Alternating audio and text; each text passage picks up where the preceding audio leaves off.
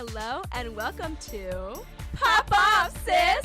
The show where we talk about life, current events, and, well, ourselves. I'm your co-host, Lydia. And I'm your co-host, Margot. Welcome to this week's episode.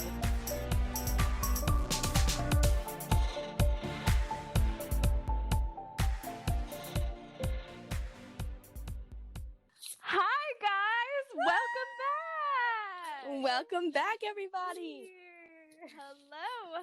Hello. Listen, you guys, this is a very exciting episode because it is a guest episode, and we have not had one of these in months. AKA a while, months.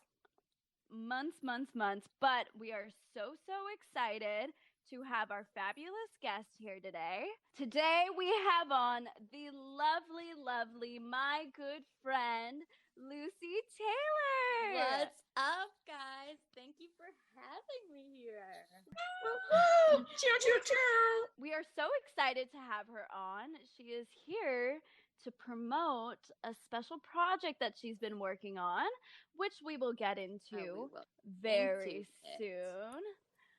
But first off, as we always start our episodes, we want to start off with our roses of the week. So in guest's honor, Lucy, do you have a rose this week? Yes. The rose this week has been enjoying my second to last week in my college apartment. Yeah, last week was kind of trauma, just being really anxious about leaving. And now I'm just trying to live in the moment and take in my surroundings while I can. That's a great way to look at it. Great outlook. Thank you. And it's probably tomorrow I'll cry about it, but for right now, for today, I'm taking in the surroundings while I can. It's a rose today. Yeah. Perhaps a thorn tomorrow. Exactly. But a rose for now, rose and that's for what now, counts. yeah. Lydia, do you have a nice little rose this week that's keeping you warm? Yeah, I mean, I've just been loving this new weather we're having. It's been so nice and sunny out, which has helped my mood. I know, and now, I was thinking like, oh, the weather's been so nice, but apparently it might get really cold for a second or something going on. Right. There's some sort of something happening. But it has been very sunny out. Today is a little windy, but still sunny. And also, kind of like Lucy, I'm like, whoa, school is ending, which is bittersweet, but it's just nice to be done with the academic part of school, aka the main part. But yeah, so I've been enjoying these last few days of nice weather and last few days of school. How about you, Margot? Well, my rose is that I have been spending all of this extra free time trying to do little workouts every day, which has been really nice. I mean, don't get me wrong, that quarantine 15 is very much going strong. I snack at every opportunity I get, but I feel like I'm getting stronger. Yeah. And so it's not even about what my body looks like anymore. It's more just I physically know that I am stronger, and that just feels really badass and really good. That's awesome. So I'm loving that. Yes, you better get stronger. So those are our roses. Got some nice little sparks of joy for this week. And now, Lucy, one of the things we like to ask our guests when they come on is about a favorite pop culture moment they have. Yes. Do you have one of those? I do. So, I don't know if you guys... Well, I don't know if this is my favorite pop culture moment, but this is, I think, a big moment. A moment that stands out to me. Top 5? Yeah, and it's not favorite in the way that I like what happened, but I think that it signifies a lot for me and just for the world. It shows a lot. Do you guys remember, I can look up what year it was, but Vanity Fair Miley's feature where she's wearing the towel and her back is showing, and everyone freaked the fuck out. I'm thinking Vanity Fair Miley like in the black netted dress. That's not the towel. No. Miley towel. I have to look this up. Yeah. I know, me too. How dare we not remember this, Margot? I know, we gotta do a quick Google search. This is a big moment. Oh my God. Oh, wow. Yes. She was so young. Yeah. Whoa. Was this post Hannah Montana, or No, was this was during Hannah Montana? Let's figure out what year it was. Oh my gosh, I just found a picture of her, I think from probably the same spread, of her posing on top of her dad. Just looked at that. It was definitely what? Vanity Fair, right? Yeah. Wait, yes. Why can't I find it online? Miley knows best. And the headlines were like Miley's shame. Wow. Okay, so this was definitely a pivotal picture for her in her career. This was a pivotal moment. Why? And she had to apologize for it. Wow. And you know that the photo shoots ideas aren't even like, you know what I mean? Like, as the artist, you don't pitch the photo shoot idea, but also like she shouldn't be made to feel wrong for posing in a towel. And it was literally her back. Like, it was artistic, and she's a child. Like, what is she, 14 in this? She looks super young, yeah. So why to you was this such a big moment? For that reason? Because everyone just freaked out. Like, I remember like moms were like, all of a sudden all the Miley fans started kind of being like, my mom doesn't like me to watch that anymore or something. I don't know. I just remember kind of a shift in her perception for a bit amongst my peers, and I never really got it. I was like, what the fuck? I mean, I was probably like 8, so I was like, I don't get it. The picture's so pretty. You know? And so I don't know. And I think it kind of just relates to my podcast as well, because a similar thing happened to me where it's people just over sexualize your body and shame you. Yeah. Mm-hmm. And the media loves to do it. And it's so interesting also because like I said, she probably didn't pick to do that pose. You know what I mean? Or like so many photo shoots of women are like, you know, male photographers coming up with these ideas and being like, pose half nude, please. But then once you do what the people want to see, if they decide they don't want to see it anymore. Yeah. I don't know. It's just society puts all these pressures on you to look a certain way. And then when you want to own it and you want to be like, fuck yeah, I look good. This is me. I'm fucking hot and I love my body. And then they're like, no. Sorry. Just kidding. You can't love your body. That was a lie. That was a lie. And then the whole double standard of men, you know, if you saw Justin Bieber at 15 in, you know, Calvin Klein Nick briefs. Jonas in his underwear. Nick Jonas. With that Disney Channel meme. Like, do you guys remember that? It just got memeified as a Disney Channel thing. Like, ha ha ha ha ha. Like, Nick Jonas. But, like, so hot. But with Miley, it's like, damn, Miley's shame. Like, slut. You know, like, we can't watch Hannah Montana anymore. She's a slut. Right. Oh. And I'm literally like, the headline I'm reading right now is on the New York Post, and that's what it says. Miley's shame. Yeah. That was a great moment. I cannot believe Margot and I didn't remember it, but wow. But now your memories are I know. Do you guys remember it all? Like, seeing it come out? I remember that picture now. Looking at it now, I remember the picture, but I wouldn't have just thought of it. I had to Google it from what you said. I don't remember it, but also my mom was very anti-pop culture growing up, which is hilarious because now I'm like, give me more pop culture. So I didn't see a lot of magazine stuff. Like, we never bought magazines. Like, I wasn't really like hip or in on it. I didn't have cable. So I wasn't even really like watching Hannah Montana that much. So I was a little out Okay. of the loop. That makes sense. Well, you're catching up now Yep. to these iconic Catching up pop now. culture moments. So, Lucy, I know you, but our listeners don't. So why don't you tell us a little bit about Sure. yourself? So my name is Lucy. I'm 21 years old. She can drink, y'all. Yeah. Sorry. I am a graduating senior, so I'm class of 2020. And I'm from New York City. Wow. And I'm a theater major with a minor in rhetoric. Oh. Yeah, that minor in rhetoric. Whoa, that is like a little cherry on cool, top. right? Sounds very cool. Yeah. Seems professional. Right. Wow, that's awesome. Have you lived in New York your whole life? I have, yeah, same apartment my whole life. Upper West Side. Upper West Side. Upper West, fuck the rest.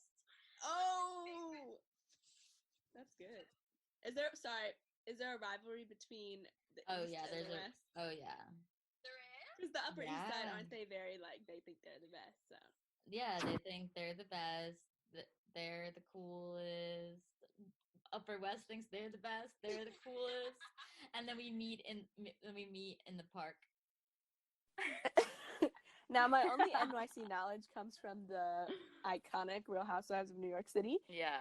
But are you at all near like the meatpacking district, No, like that area? no. Is that East Side? Is that Meatpacking district? Well, that's downtown. okay? So that's a whole nother Its like, own. Well, East Side and West Side. Well, I guess East Village and West Village. I don't know if they have a rivalry, but it's specifically Upper West Side and Upper East Side where the rivalry is. It's not a. Is it like because it's little? It's just a playful rivalry. Playful it's not rivalry. Like a gang, like Upper. It's not like the Sharks and the Jets. Yeah. Come snapping through the streets. But if you live on the Upper East Side, Upper West Side, does it affect what schools you go to, like in terms of public schools? Yeah, with public schools, it usually does, unless it's a specialized school. Yeah, but there's also a whole private school group. But I was part of the public school sector, and they were divided in ways. Sometimes we would join, but they were divided. So did you feel underrepresented in Gossip Girl, or is that like its own? Yeah. I felt underrepresented in Gossip Girl. That's like the private school sector, Yeah, right? that's the private school sector. So my last question, how far are you from like Manhattan? Like I know that's its I'm own. in Manhattan. Right. Okay. So clearly I know my boroughs. Clearly. No, I wouldn't know shit. Oh, okay. So you're in Manhattan. Okay, so like when a tourist thinks of like Times Square. Yeah, I that's where I went to middle school, like right near Times Square. Oh. Yeah. So that's why you got the Broadway bug. You were like, I can do this. I was like, I'm a Broadway baby. Oh. I'm wow. just a Broadway baby. Love Keep it. going. I mean, one day, Lucy and I, with our professor Leslie, a clown show on Broadway. Hawaii. Surfing. In Hawaii. Surfing in Hawaii. Well, that's awesome. Well, I know you said before that you have been in your apartment. Yes. For these last few weeks. How has quarantining been there versus being at home in quarantine? Oh my God, you guys. I did my first 2 weeks, like when I went home for spring break and I was there for those 2 weeks. And I was very depressed. Like dealing with just the grief of losing the semester, losing time, moments with friends, losing closure of, like, I don't know, I feel like I left things kind of weird with the department. Now I feel kind of okay about it, but at the time I still kind of felt like weird with everyone. And I don't know, there was just a lot of grief and unsureness. And I definitely just like was unwell for a bit, you know? But then I got back here and things were a lot better.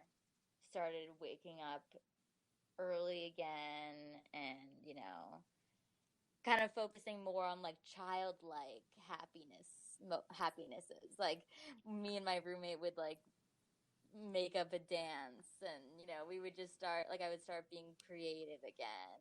And so that was definitely really nice. And we fostered a puppy, which was awesome. And my roommate is adopting him. He's the cutest. He is so cute, his name you is guys. Leah Lynn. And yeah, I mean, it's definitely been highs and lows. Like now I've been kind of dealing with the stages of grief of just moving out and leaving this chapter of life kind of behind, because I'm an out-of-state student, so it's like it's not just leaving the school, it's like leaving the state and leaving like my friends here, you know? It's weird. Although I need to remember like it's gonna be different, but it's okay that it's gonna be different. Right, and it's okay too to acknowledge that it is hard. You know, everything's relative, but everybody's pain and grief is important and significant and relevant in their own way. Totally. What about you guys? How's your quarantine been? I can't talk too loud because I won't eat anymore. They'll cut my food off. Just kidding. That sounds. Don't call child services. I'm also 22, so you wouldn't call it anyway. It's been very eventful. Lots of family time, lots of Netflix and Hulu and binging. We love to see it. But it's interesting hearing your experience because I have friends that are still at school, and I've been very curious to know what that's like, and I kind of miss that and kind of wish I was there. So, definitely, very empty. It is very empty. Okay. Yeah, campus is glitchy. Is glitchy. What does that mean? Is that a New York term? I don't get it. No, like it feels like I'm in a simulation, you know, when I'm on campus. We literally are living through history. I mean, we always are, but now it's this is like a this moment. podcast might be really valuable for science. It literally, this could be this primary source for somebody's National History Day project. Yes. 100 years. Whoa. Okay, now I'm nervous. Yeah, quarantine's definitely, it's been a time. I'm definitely happy in the end. Like, I felt so weird about staying longer than most of my friends after I took a semester off, and like I felt really weird about my timeline being shifted, but now I just feel kind of happy that my timeline has shifted in ways like so yeah, it's definitely like I've just been trying to find new normals, and it just feels like every time I find a normal, it stops working, or it stops being interesting enough. But that being said, I've taken up a lot of like really random hobbies that has been nice, because I feel like as creatives, it's like I don't know. I find this for myself, at least, like I don't have that many hobbies, because I'm like, well, my work is like, it's not just like you write a paper and you're done. It's like you constantly have to be like working on your theater, on your memorization, on like self tapes, on whatever, and that is like right. But I've been trying to spend time focusing on things that like aren't related to career, because otherwise that just like stresses me out too much. So picking up painting and crocheting and cooking more and stuff like that, just to fill the days with something that feels like I got something done. That's awesome. Yeah, new hobbies are cool. I've started doing more puzzles, so that's been fun. I love puzzles. I know. They're I know, so when you get that edge piece. satisfying. I think we talked about this already. The edge piece. Ooh, like your last two. The edge know. piece Can't relate. feels like nothing else. Lucy's like, I'm not doing no puzzles. You won't catch me doing it. So, like I said earlier, Lucy is here today to promote a very special project of hers. So I'm gonna pass the mic over to her. And Lucy, tell everyone what you're doing. Thank you, Margot. Well, I have been creating a podcast series called Snapped. And the idea has been in my head for probably like 2 years now. And it's finally coming out this month. The first episode will be released on May 19th.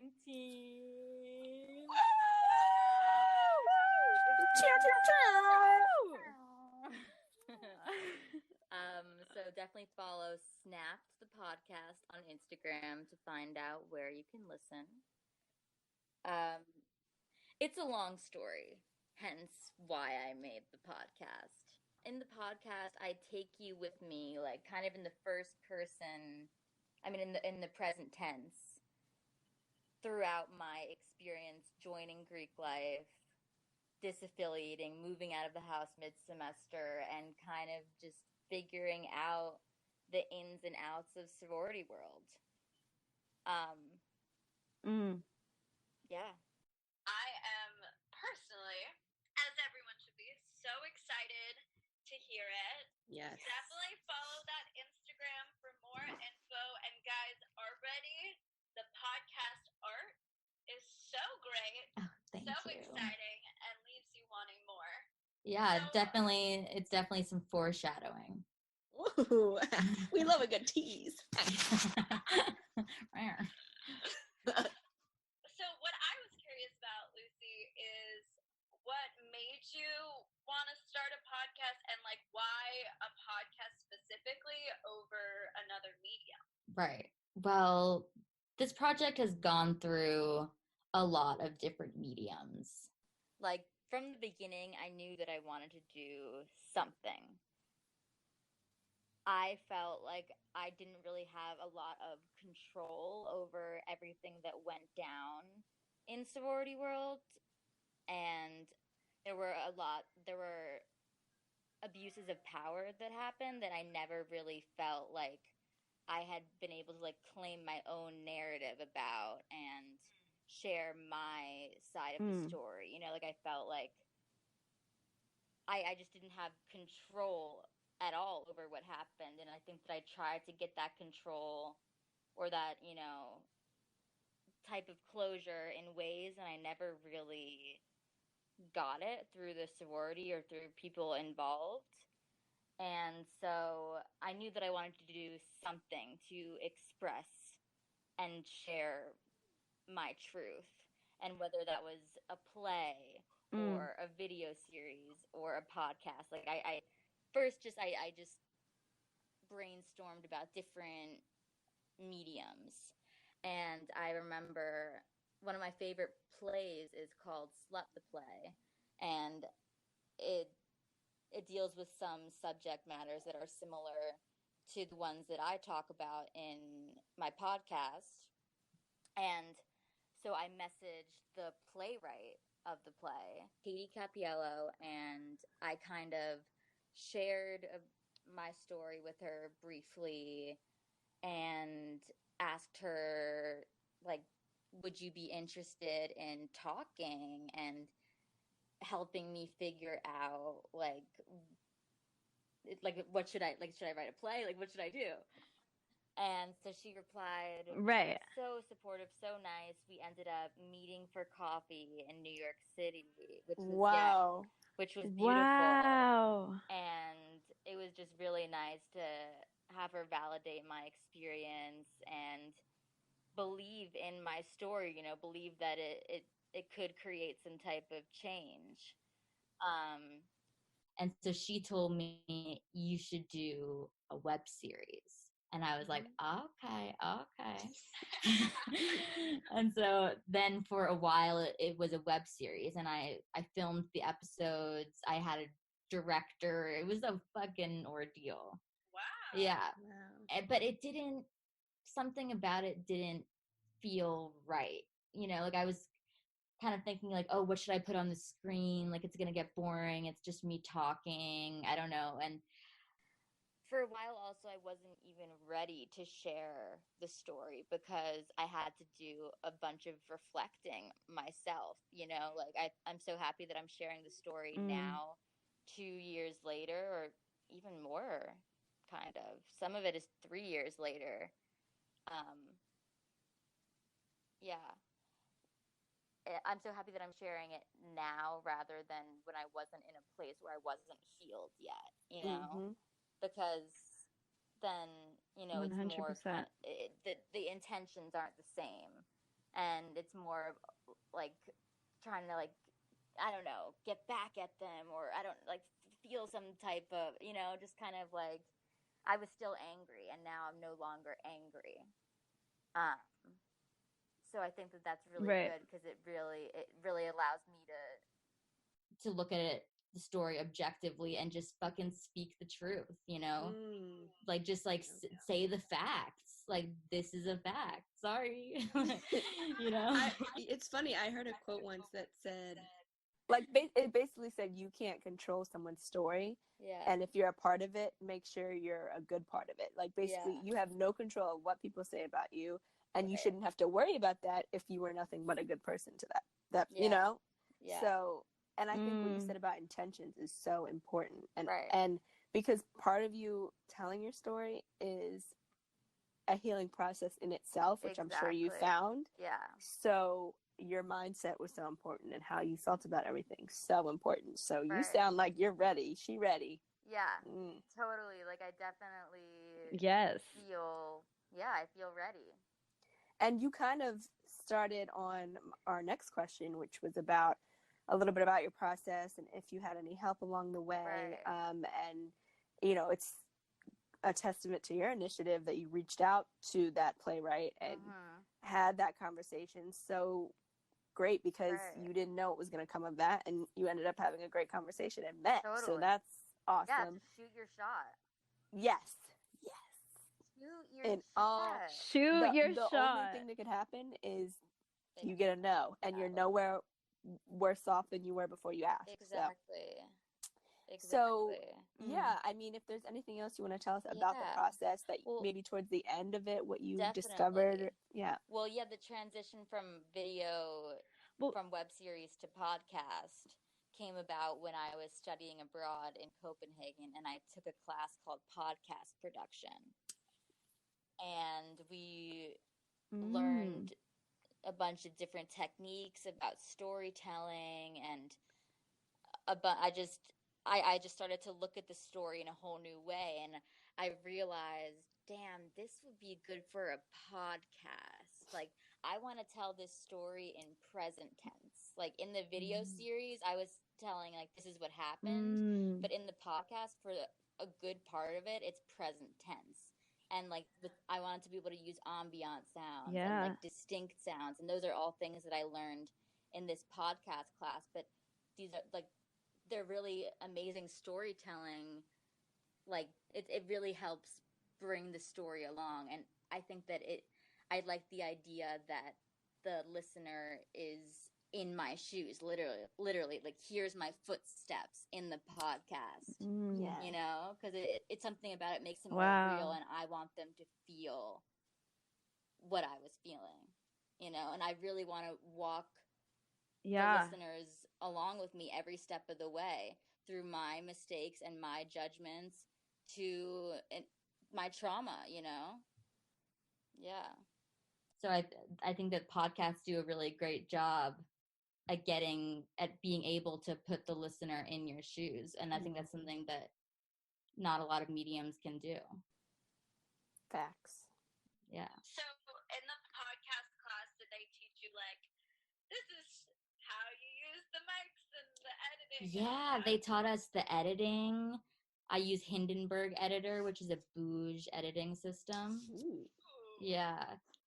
And there was like they had a literal podcast studio, which was so Bouge. And like, yeah, it was a really, really cool class.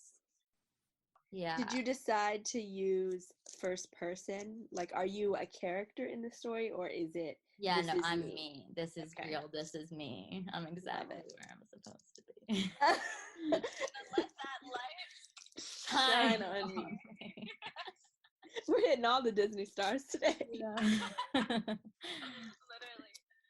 So is that where you ended up doing a lot of your recording, or did you bring it back to the States? Definitely both. So the sound in the podcast isn't always consistent. Some is definitely bouger than others, but you can hear what I'm saying, and that's all that matters. Yep. 100%. Yeah. You know, I think it's really interesting talking about specifically Greek life because, you know, I didn't do Greek life. I know Lydia didn't either. Nope. And it is very much this kind of world that if you're not in it, I feel like you really don't know anything about it. Yeah. And you hear bits and pieces. You hear stories, but you're like, is that world real? Yes. Right. Exactly. Yeah. And it so many is. stories. It's hella real. But the thing is, too, that I really appreciate about what you're doing is that I feel like a lot of the time I hear the great stories and I hear what's so fun about it and kind of the cookie cutter, tie it up, wrap it in a bow, you know.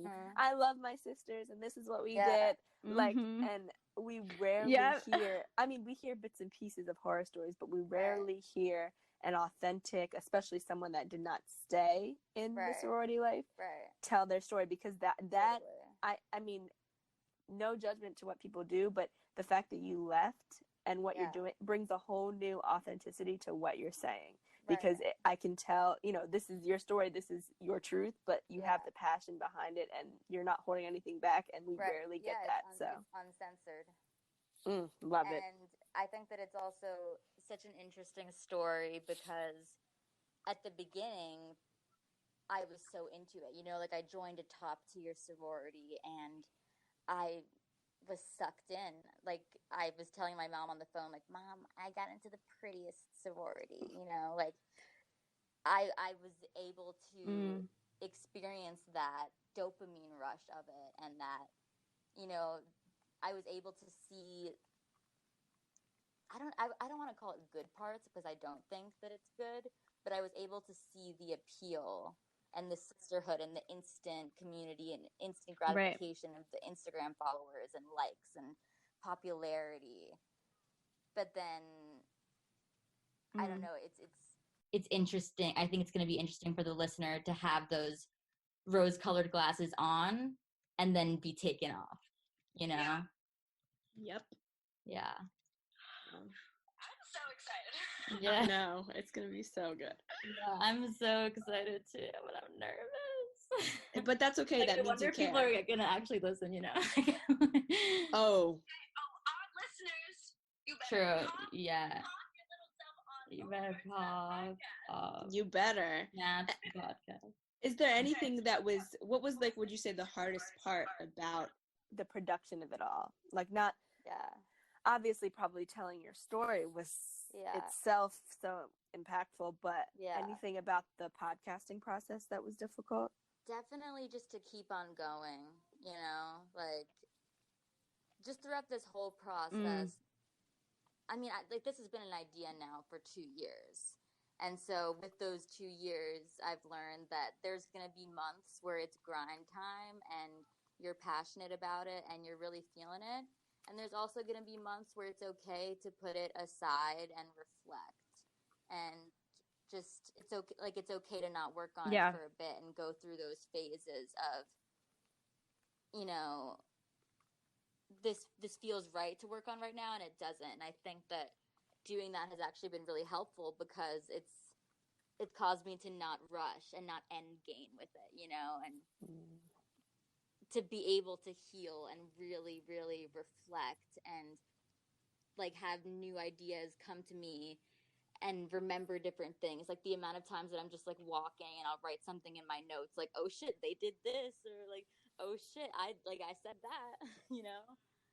So yeah, I don't know what question I was just answering. No, that's good. It's like your life was the research process. Yeah, and the reflection and the healing itself was a lot of the process of figuring out how to tell the story.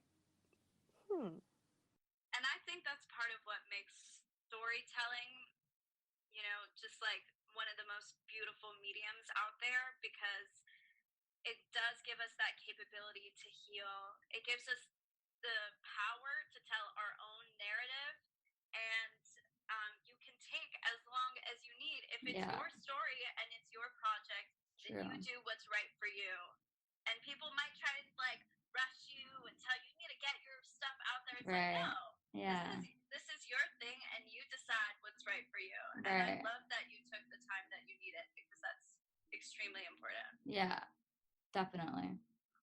So, definitely hard parts. Has there been a part so far that has felt like really rewarding, or has there been a best part so far? Yeah, I mean, just I think it coming together, being able to listen to a full episode with an intro and an outro, and just being like, damn, this is boosh, you know, like it's legit. And to have my friend make the cover art, and to have so many of my friends be so supportive of me through this and rooting for this project has meant a lot. And yeah, I've definitely seen true colors come out.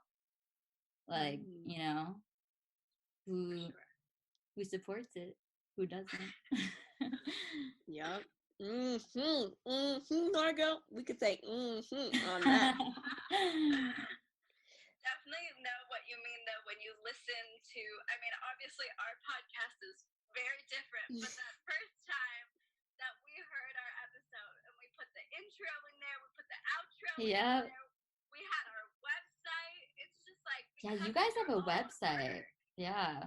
It's crazy. It's you're reminded of how much you can do yourself and how capable you are, more so than you could even imagine. And I know when we started out, it was a lot of talking about how long the list of to-do stuff was, but it's so worth it. And it seems daunting, but it's like, if it's something you love, it's just part of the journey, you know? And totally.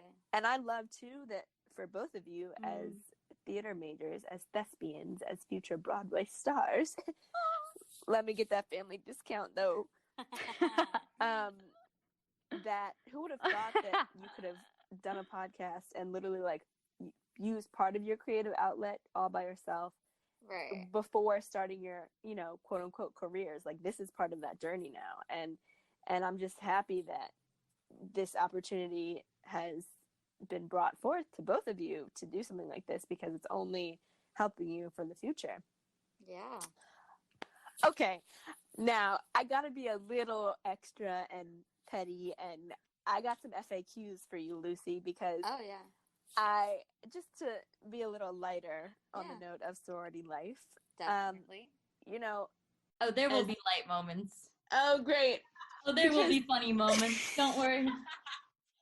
Because, you know, as outsiders of the sorority world, there's a lot of things we hear that we're like, is that really true? Or did that really happen? Yeah. And first thing I have to ask, you know, when you see the girls on campus, like, all dressed the same during recruitment, like, in the vests and the long sleeves and the booties and the, what is it, the rolled up jeans, like, not all the way down, but the, you know. Okay, what is the purpose of that? Like, why? Well, there is a dress code for Rush. You know, each day, like, there's, I don't even know what they're called, but at the beginning of Rush, it's actually how the podcast starts. I do a read aloud of what is not appropriate to wear and what is appropriate to wear. Yeah. Wow. So already from the beginning, conformity really is enforced from the authority. the people telling you what to do. You could go a whole lot of ways with conformity, let me just say. Okay, so what is the deal with house moms? And how strict are they? Did you have a house mom? I had a house mom. She was fine. They just like, is it weird? They're just like kind of there? Yeah, I remember one time I came in like crying, wearing like boxers and a t-shirt, like clearly like unwell, just got back from a dick appointment. And she was like, how are you? And I'm like, bad. And I walk upstairs. Like, I didn't have a relationship with her. I think they're kind of just there. Yeah. Because I've always been like, what is the purpose? And why do sororities have to have them? And then frats can have like the most disgusting falling apart houses. Yeah. And they don't have to have, or even like in their, what is it? Frat house, official frat houses. Yeah. No, fraternities and sororities are definitely treated very differently. Like, sororities aren't allowed to serve alcohol. We're not allowed to drink during rush events. Meanwhile, the frat rush events are surrounded by alcohol and have events like burgers and blunts. I was so prepared to say that line because it's a line in the podcast. Tease. So, and also, what's up with like the dinners? Like the dinners, like. So do you what is that like? Do you have to eat with your people? Like, I'm confused. Well, living in the house, you eat with them unless you have class, and I hated dinner time because, well, you'll find out. But what if you have like a group project or something to do? Like, you're not always there right at dinner time. Then someone will save it for you. And there's dinner every night. Like, they're always prepared. Yeah, there's a chef. Wow. Are they living? Like, does the chef live there? No. So can you like put in what you want, or it's whatever they're having? It depends. Huh? It depends. I should have rethought that. Like, no. Don't worry. Don't worry. It's not worth the bagels and eggs. It's not worth it. It's not worth it. Okay. What's the next question? Oh, have you seen the movie Sydney White? No. Should I? Okay, that's not gonna help. Amanda Bynes? Yes. Then maybe I have. Is it where like she like trains them or something? Yeah, it's about sororities. Girls. Yeah. You've probably seen it in a while. Okay, well, basically, like, there's a part where I guess it's part of recruitment, like, they're waking them up super early, that whole thing, and, like, they basically have to go on a date, or, like, they have to find a date in the middle of the night, find a guy, and then ditch them. Well, one person has to ditch them, like, at the dinner table. Yeah. Oh. Like, did you... We didn't do that. Okay. Am I going to... Your dream isn't coming true. Literally, when I saw that in the Google Docs, I was like, she hopes, she is wishing to goodness that this is real. No, it was wild, Lucy. They literally, like, went out on the streets and, like, found men and just, like... Like, just grabbed them. And you're like, you're coming to dinner with me. And then they ditched them at the table. Oh, my God. Okay, that didn't happen. Okay, what was my other question? Like, you know, like, you had a bunch of, Dated, right, that kind of thing. So, like, was it expected that you would have a boyfriend, like, in a certain amount of time, or, like, were you judged if you didn't? It was expected for you to have a date. Okay. And it wouldn't be weird for you to get set up on a date if you were an underclassman, but it would be weird if you were an older classman, I guess. Like, upperclassman, yeah. But, yeah, there was definitely a lot of pressure to have a date and be hooking up, and it was a lot. When I didn't have a date, I definitely felt anxious, and yeah, it was definitely a lot of unnecessary stress and drama constantly. So would you say the majority of girls by like, well, what year did you leave? I was there for about 7 months. I disaffiliated the middle of October of my sophomore year, and I joined in January of my freshman year. Okay, so would you say the majority of girls, since you were still underclassmen, like, weren't in relationships by that point, or Yeah. like were more girls dating, like had a boyfriend versus didn't, or I mean, I feel like a lot of girls had like their guy in the frat, you know, like got it. no, but yeah, there weren't that many official relationships. And guys weren't allowed in your house, right? They were allowed sometimes. Oh. Yeah, they were allowed, but it was just kind of weird. And I lived in a quad, so, and I wasn't. Yeah, it's a whole thing. We'll save that. Episode 4. I'm so excited to look. Like, I cannot wait to Oh just my like god. dive in. Yeah. So, Lucy, any final thoughts? Any last things you want people to know about the podcast? Listen with an open heart and an open mind. That's all. I'm just gonna have faith in my listeners to follow along and take the journey with me. You know, I'm excited. It's gonna be interesting. It's gonna be a roll. Just the process of releasing it, like that might be another episode. I don't know, maybe, but I'm excited. Stay tuned for Snapped on May 19th. Every Tuesday, a new episode. We will certainly be tuned in. We cannot wait. Oh my gosh. But I think it's time for Savage Seconds.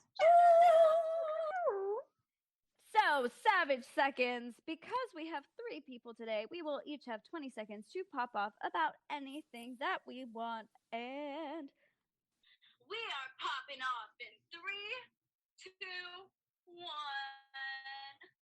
I hate it when I'm the only one who asks to hang out. Like, I get it. Some people don't really like to make plans and don't really like structure. I personally love structure. It keeps me less anxious, and I like to have the plan. But it's just frustrating when you're the only one who's really making the effort. And like, with the other person, like they're still hanging out with me and they're still talking to me every day. But all right, sorry, Lucy, but we gotta talk about how Zoom is the fucking devil. Okay, I know everybody and their grandmother is on Zoom, but when I'm trying to talk and I freeze up, and then the other person freezes up, and I can't talk, I can't learn this way, I can't socialize this way. Fuck Zoom. Thank you, but also fuck it. Okay, you know what I cannot stand? People fucking stacking the dishwasher incorrectly. Okay, you know what? You can stack more in the dishwasher than you think. You just have to stack things more properly. Put the pans on one side. Put the cups and the bowls on the top. It is not that complicated. You just need to learn this. Please and thanks. Thank you. Good timing. Pop off, sis. What now? What should they do, Lucy? Pop off, sis. You heard her. And then go over to Snapped on May 19th. Go over to Snapped. Wow, yes. Oh, Lucy, you did good. That 20 seconds goes by fast, though. I'm telling you. I was ready to keep going. Yeah, I know. See, that's what you thought. You thought you had a good amount of time. I know. All right, let's end with our quote of the day. You know, Yes. just that centering, that calming force that we always want to go back to. And Lucy, I think you should start us off. Yeah, so I don't know who this quote is by, but I have it written on my mirror. And I think it fits with, what we talked about today. But there's a difference between wanting to do something and choosing to do something. So good. That can so be applied to your podcast. Yeah. Ooh, yes. And then I will follow that up with a quote from Richard Branson. Shout out to him. Don't know who that is. But he said, if your dreams don't scare you, they are too small.